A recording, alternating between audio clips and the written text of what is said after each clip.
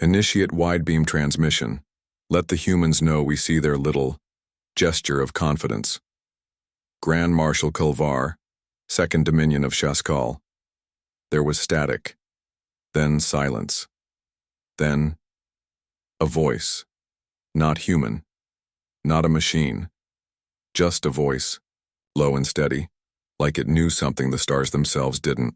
Unidentified Dominion vessel. You are inside a sacred Terran approach space. Turn back now. Laughter followed, loud, echoing across the command bridge. They sent one ship, sneered Admiral Gyro. One. How polite of them. The black box log showed 12 Dominion cruisers, energy signatures spiking, weapons locked. The Terran ship? Motionless. No flares, no scans, no shields raised. Why isn't it moving? Scan interference, maybe. Their tech's ancient. 7 minutes, 24 seconds remaining. A junior comms officer whispered, "Sir, we're receiving music." Music. Not a broadcast, not even a threat. Just an old Terran melody or soft rising violins brushing through static. What is that? No language packet. No data. Just Earth music. Then the flicker. Sensors glitched for 0.2 seconds. On return, 3 cruisers were gone. No explosion. No debris. Just missing. Recalibrate sensors. That can't. Sir, that ship hasn't moved. It still hadn't. But something had. Every alien screen turned black. Then a single phrase appeared. This ship does not warn twice. 4 minutes, 12 seconds remaining. The fleet, panicked. Countermeasures activated. Plasma turrets spun up. AI support scrambled for threat vectors. And still, the Terran ship remained completely still, like a judge waiting for the gavel to drop. A final command. Fire everything. Full saturation. It didn't matter. What they unleashed didn't even touch the hull. Every shot bent, arced sideways in impossible curves, as if the void itself refused to strike the vessel. 2 minutes, 19 seconds remaining. Screaming, systems collapsing, dominoes falling. Bridge command fractured. No contact with the lower decks. Then, finally, movement. Not the Terran ship. The stars they twisted, warped, curved inward like water down a drain. Not a weapon, a fold, a singularity forming mid-space. One officer gasped, "It's showing us how it sees the universe." Final timestamp, Larn 03. The audio cuts in and out. Voices distorted by gravitational echoes. It wasn't a ship. It was a message. Why only one? End recording. Black box corrupted beyond this point. And that was before Earth even responded. They thought it was mercy. It wasn't. Are we certain it didn't fire a single shot? The voice came from Admiral Nyla Rourke, Chief of Terran Defense Council, as she stared at a dozen frozen holograms, all that remained of the Dominion fleet. "Confirmed," said Intel Director Mara. "No kinetic output. No energy spikes. No command signatures. The vessel never moved." There was a silence, heavy and strange, the kind that made officers forget they were in orbit, hundreds of kilometers above Earth.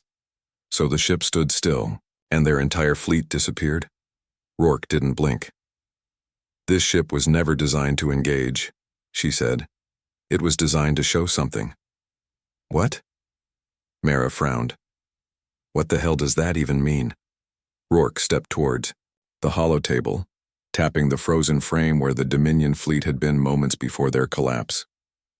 Command didn't expect silence to be the first shot fired. Across the war room, the lights dimmed.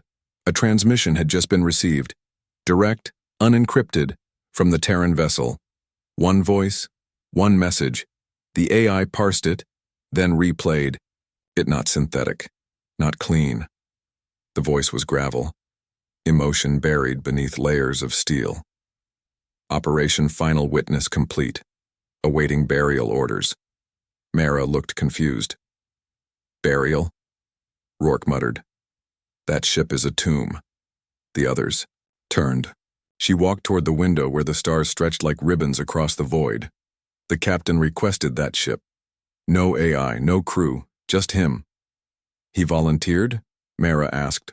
No, she replied. He insisted. Another officer whispered, What did he mean by final witness? Rourke's voice dipped lower.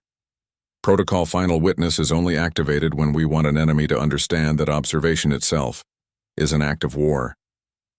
At that moment, the screen shimmered. A new image from a scout drone. The Terran ship remained parked exactly where it had been. But now, the hull had changed. Symbols no Terran ship had ever carried, burning along its sides like old scars. Each one was a record of a destroyed Dominion fleet. The ship wasn't just still, it was recorded, and carving the result into its skin. Mara stepped back. He's building a history book, in real time. Not a history book, Rourke said coldly. A warning label, for the galaxy. Why didn't we stop him? Because we never told him to start. Another silence followed. But this time, it felt like gravity had shifted. Rourke whispered. They wondered why we sent one ship. Her eyes locked onto the screen. Now they're beginning to witness its purpose. The child's voice trembled as the diplomat replayed the footage. It didn't attack us, it watched us die. Xerix, one of only 6 survivors from the Dominion fleet, floated inside the medical chamber. His skin, once a regal shade of dusk blue, now dulled to ash. He wasn't older than 14 cycles, still barely a cadet. The attending medic leaned in.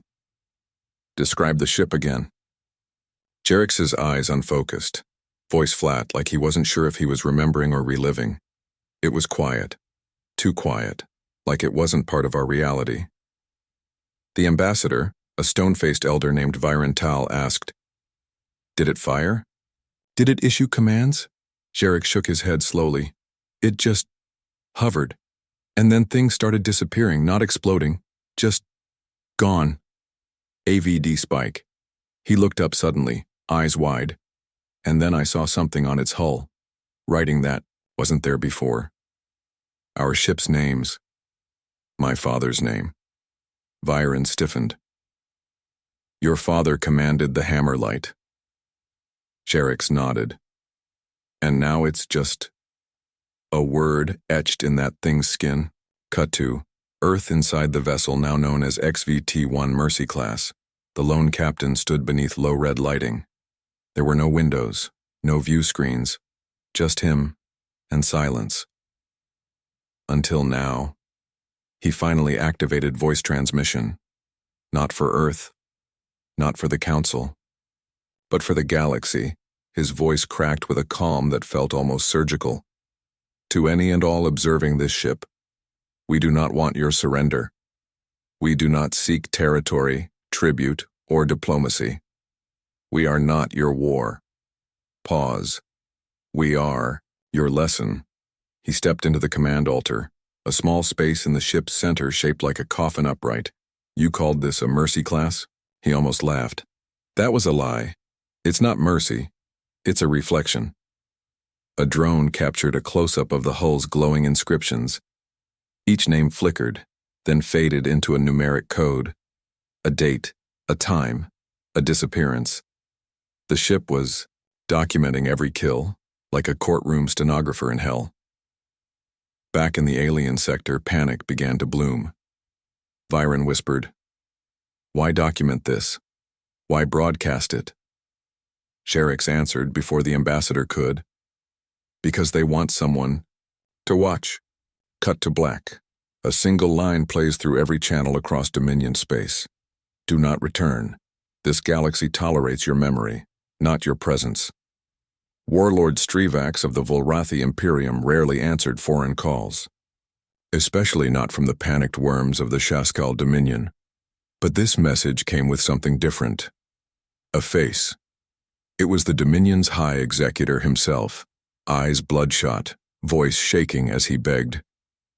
We lost 12 Dread-class warships. Gone. 1 Terran vessel, no counterstrike, no warning. Strivax narrowed his eyes. Terrans? He hadn't heard that name in 4 centuries, and last time he had. 3 empires collapsed within 6 days. Send me the footage, he growled. The playback began. Static, noise, then the haunting image. The lone black ship, adrift. Still. One glowing phrase etched across its midsection like a wound that refused to close. "We are your lesson." Strivax didn't speak for a full minute. Then finally, "Fools. You didn't face a battleship. You faced a ritual. AVD. Spike." The Dominion diplomat stammered. "We need your fleet, your AI arsenal, your—" "No," Strivax cut in. "You need to leave.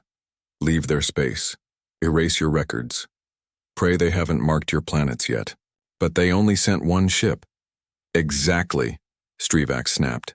"Because Earth isn't warning you, it's remembering." Flashback. Strivax remembered that sound, back when his fleet had crossed too close to the Sol system's edge. They were greeted not with missiles, not with fleets, but with a low hum. And then silence. And then half of their ships blinked out. No debris, no distress beacons. Gone. He had never returned. He never told the Imperium. Because you don't record ghost stories in military archives. "This vessel," he said, "is not armed with weapons. It's armed with certainty. That's what makes it lethal." Back on Earth, Command quietly watched the galaxy scramble. Rourke stared at the new set of glyphs added to the ship's hull. Not Dominion names anymore. Now, listening stations, intelligence hubs, spy networks. The captain wasn't just tracking fleets now. He was targeting knowledge. "He's silencing their ability to understand us," Rourke whispered. A junior analyst stepped forward. "Ma'am, we just intercepted a Volrathi transmission." She turned. "And?" "They're evacuating 8 systems, without a word." Silence. Then a breath. Rourke looked at the screen. The Mercy-class ship hadn't moved an inch. Earth, Archive District 7, Black Vault Access Room. A single document flickered on the screen, pulsing with a red warning glyph. "Live asset still. Operational. Protocol breached." General Elias Vorn leaned over the display, his voice sharp. He wasn't supposed to make it this long. Beside him, Commander Lynn Hayes looked pale. "Sir, if he wasn't meant to survive, why was he cleared to pilot the Mercy class?" Vorn tapped the screen, revealing layers of classified files, timelines, psychological assessments, and a single image. A man standing alone at a funeral pyre. Because he requested it after losing his entire battalion on Sarvin 4.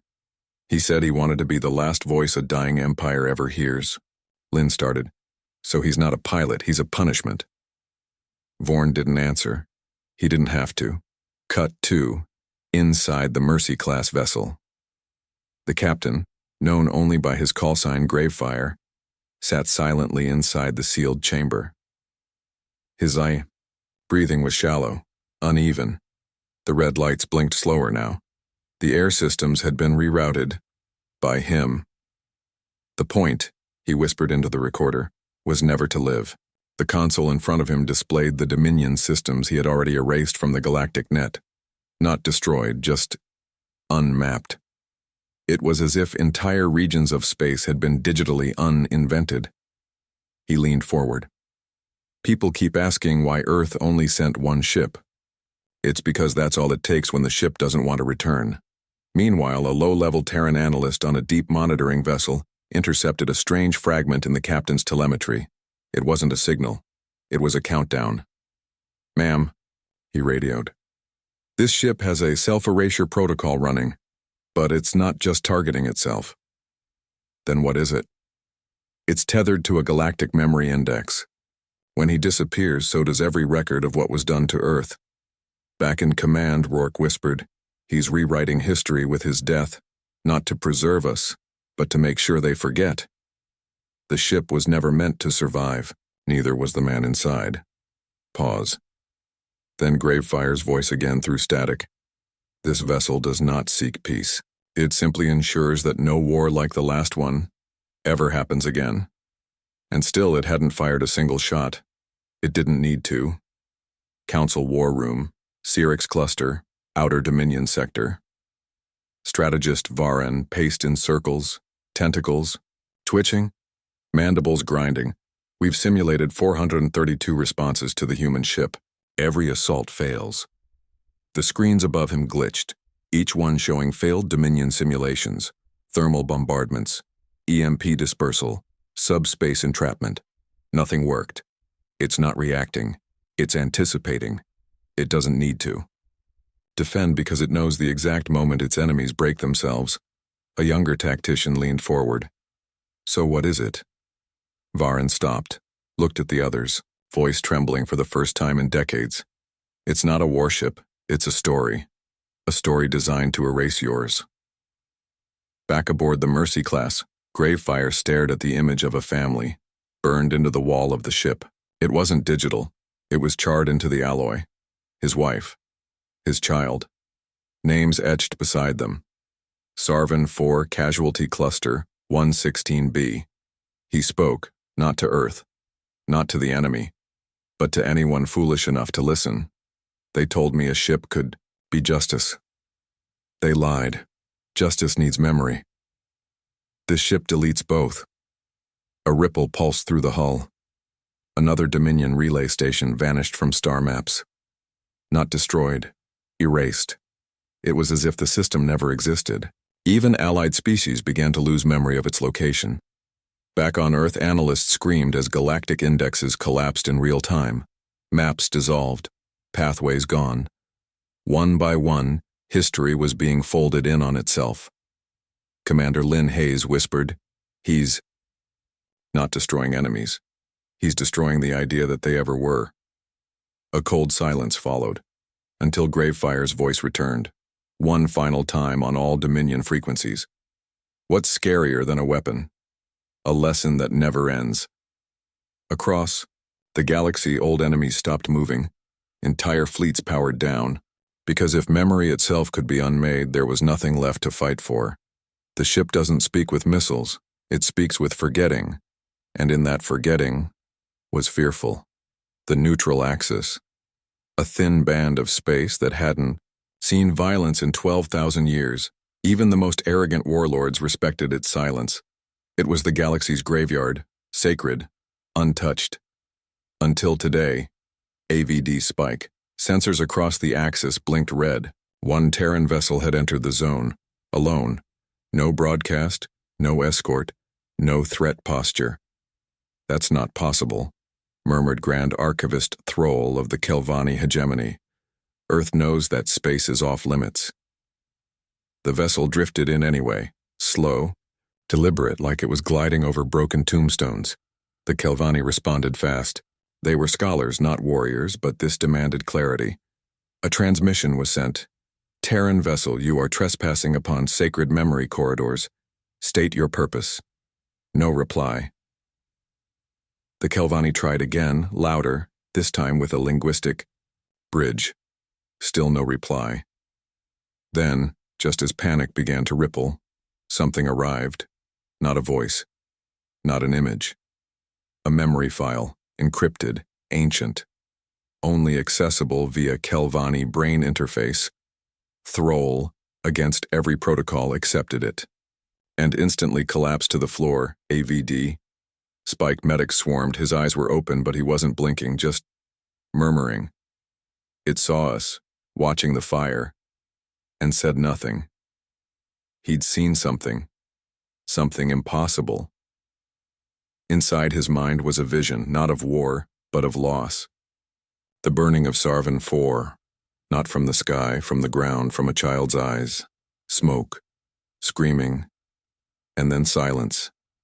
And at the center, Gravefire, alone, holding ashes in his hands, face covered in soot, silent, not crying, not screaming, just remembering.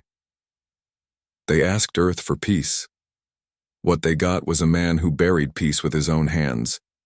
Back in the war rooms of other empires, news of the crossing spread, but no retaliation was ordered, no charges filed, no ships were dispatched. Instead, one by one, military alliances disconnected their monitoring satellites from that corridor, as if They didn't want to see what came next.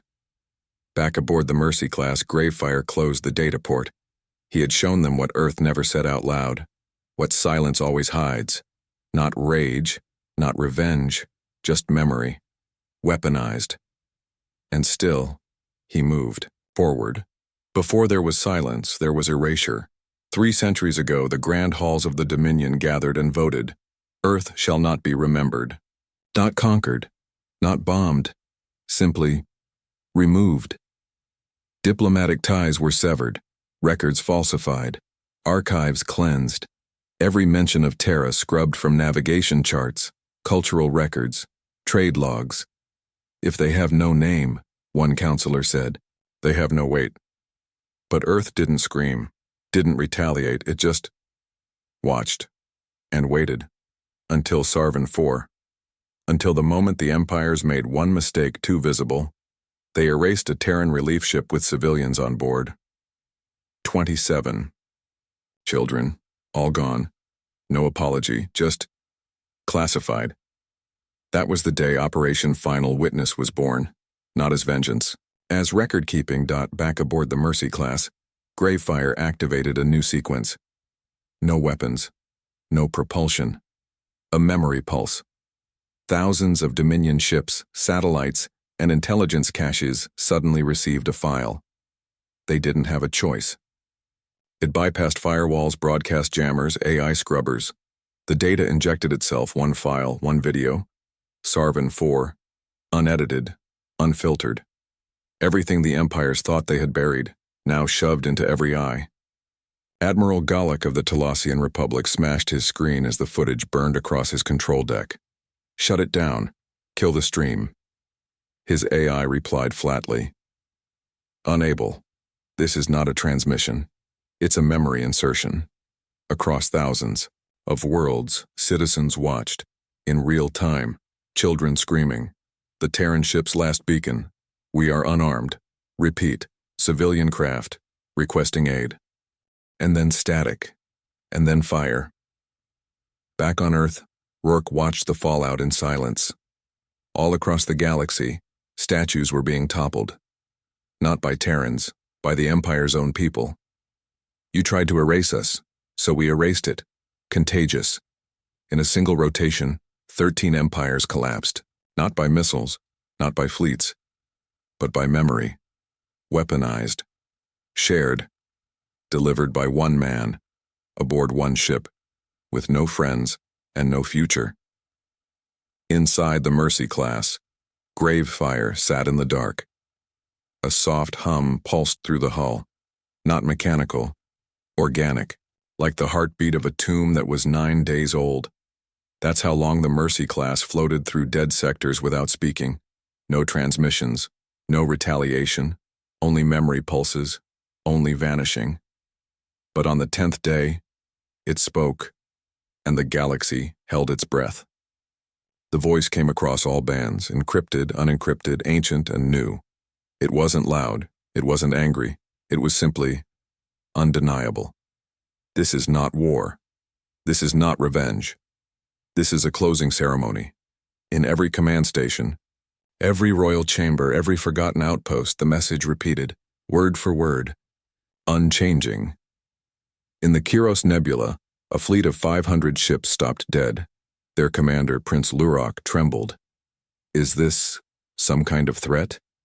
No one answered him, not his advisors, not his war AI, because they were all watching the same footage, a planet vanishing, not exploding, just unhappening. No fire, no light, just a slow ripple across the stars, like someone had folded a corner of reality. And the Mercy class kept drifting, toward the galactic center, toward the old places, the ancient seats of the Empire that no longer ruled but remembered how to conquer. Back on Earth, Rourke stood silent in the observation bay. Behind her, data analysts panicked. Ma'am, he's crossing lines we didn't even chart. Cultural graveyards, pre-sentient archives. He's heading to the myth zones. She turned slowly. He's not erasing civilizations. He's erasing their justifications. In the heart of the Mercy class, Gravefire sat with his eyes closed. The ship wasn't flying anymore. It was gliding through stories, old ones, told by empires that killed without consequence. And now he offered them a choice. You may bury your weapons, you may silence your radios, you may erase your own shame. But memory will still come for you. The message paused, then resumed with its final sentence. The first time Gravefire's voice cracked. The difference is now it wears a hull. You feared our weapons. You never asked what we'd do with our silence. The broadcast ended not with a demand, not with a threat, but with an open file labeled only, Chapter 10, Your Move. Finally being heard. You gave us silence, he murmured. So we learned how to use it. It happened without a sound. One moment. The Mercy class hovered at the edge of the ancient galactic vaults, where dead languages still whispered through gravitational scars. The next? Gone. No warp trail. No pulse echo. Not even a gravity tremor. Just absence. On Earth, alarms didn't blare. No one ran.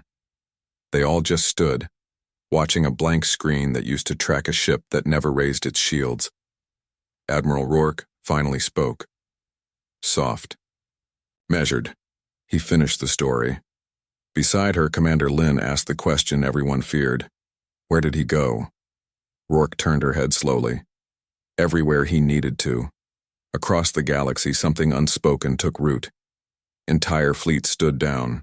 Empires began re-uploading erased records of Earth, of Sarvan IV, of everything they had buried. Not out of guilt, but out of fear, because they didn't know if that ship was watching, or if it even needed to. Some said the ship was gone. Others whispered it had become something more, a memory virus, a myth, a morality line you cross once, and never again. In a far-flung mining colony, a child drew a ship in the dust, black, massive, still. When her father asked what it was, she replied, the thing that watches liars. No one laughed, not anymore. Back on Earth, the hull of the Mercy class, its prototype, was sealed in a glass chamber, never touched, never studied. Rourke stood alone beside it. She placed one hand on the cold alloy and whispered, You were never our weapon. You were our witness. Outside, across Terran space, new satellites were launched. Not armed, not cloaked. They simply carried a symbol, a single black circle. No text, no flag, just a reminder. A story ends when no one dares write the next chapter. And so the galaxy moved on, slowly, carefully, with fewer declarations. And far more eyes turned toward the dark, because no one knew where the Mercy class went. But everyone remembered what it didn't need to say.